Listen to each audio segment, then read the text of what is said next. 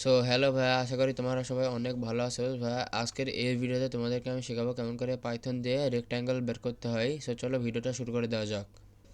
So ভাইয়া, rectangle বের করার জন্য প্রথমে আমাদের দৈর্ঘ্য লাগবে এবং প্রস্থ লাগবে, এবং ওই দুটা ইন্টু মানে গুণ করার পরে রেজাল্টটা শো হবে, তাই না?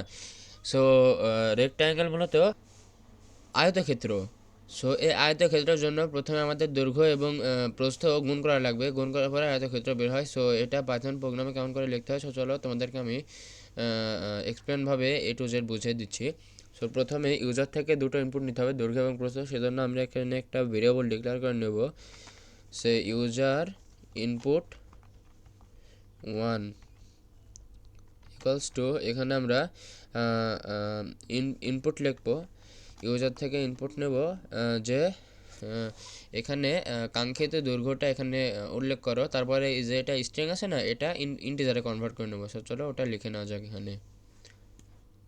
সো ভাই দেখতে পাচ্ছ এখানে ইউজার থেকে ইনপুট নিয়ে নিয়েছি লার্জ মানে দৈর্ঘ্য। দৈর্ঘ্য ইনপুট নেওয়ার পরে এটা কিন্তু বাই ডিফল্ট স্ট্রিং আকারে আছে, এটা কিন্তু ইন্টিজারে আমাদের কনভার্ট করতে হবে। সেজন্য আমরা আইএনটি লিখবো, INT।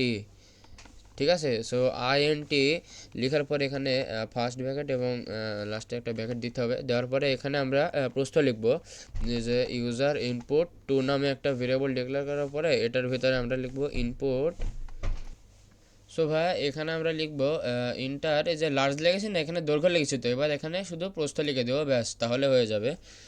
সো এখানে তাহলে লিখবো এখানে এই যে দৈর্ঘ্য, এই দৈর্ঘ্য যা শুধু প্রস্থ লিখবো, ব্যাস তাহলে হয়ে যাবে। সো এটা এখানে এবার লিখে দেই।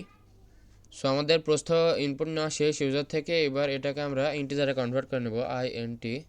ইন্টিজারে কনভার্ট করে নেওয়ার পরে এখানে আমরা এবার রেজাল্ট ইকুয়ালস টু লিখবো, RESULT, রেজাল্ট ইকুয়ালস টু, এবার এ দুটা গুণ করে দেব। এ দুটা গুণ করার পরে আমাদের দৈর্ঘ্য এবং প্রস্থ গুণ করার পরে কিন্তু আয়তক্ষেত্র পেয়ে যাবো আমরা, ঠিক আছে? সো এখানে আমরা লিখবো user input 1 into user input 2। So ভাই দেখতে পাচ্ছ রেজাল্টের ভিতর কিন্তু আমরা ইউজার ইনপুট 1 এবং ইউজার ইনপুট 2 কিন্তু এখানে গুণ করে দিয়েছি আমরা, ঠিক আছে? এবার আমরা এখানে প্রিন্ট আউট করব যে RESULT, রেজাল্ট, ঠিক আছে? রেজাল্ট এইবার এখানে লিখব, এই যে রেজাল্টটা আমরা লিখেছি না, এই রেজাল্টটা এখানে বসে দেবো। তাহলে কি হবে, এই রেজাল্টের প্রথমে এটা প্রিন্ট হবে, প্রিন্ট হওয়ার পরে যে রেজাল্ট আছে, রেজাল্টের ভিতরে যে ইউজার ইনপুট 1 এবং 2 এ যে দুটো ইনপুট দিয়েছি না, এই দুটো গুণ হয়ে এই রেজাল্টের ভিতরে জমা হবে। সো এই ফাইনাল রেজাল্টের ভিতরে কিন্তু ওই নাম্বারটা এখানে চলে আসবে। সো রেজাল্ট ইকুয়ালস টু ওই নাম্বারটা আসবে। সো চলো এটা একবার আমরা টেস্ট করে দেখা যাক। এটা রান করলাম আমরা, এবং এখানে আমরা যে দৈর্ঘ্য দিতে বলছে, সো এখানে আমরা দিই 7। সো এবার আমরা প্রস্থ দিলাম 5। সো এই যে রেজাল্ট ইকুয়ালস টু 35 আসছে, ঠিক আছে? সো এবার অন্য আরেকটা সংখ্যা দিয়ে দেখি হয় নাকি। সো এখানে এসে আমরা দিলাম 90, আর এখানে দিলাম 12। তাহলে কিন্তু দেখো 1080 এটা কিন্তু ফাইনাল রেজাল্টে কিন্তু আমাদের শো করছে, ঠিক আছে? সো ভাইয়া আশা করি তোমরা এই কনসেপ্টটা তোমাদেরকে আমি ক্লিয়ারভাবে বুঝিয়ে দিতে পেরেছি। যদি এটা নিয়ে কোনো প্রশ্ন থাকে তাহলে আমাকে কমেন্ট আউট করে বলে দিতে পারবে। আজকের এই ভিডিওটা এই পর্যন্তই। সবাইকে পরবর্তী ভিডিও দেখার জন্য আমন্ত্রণ জানিয়ে বাই বাই।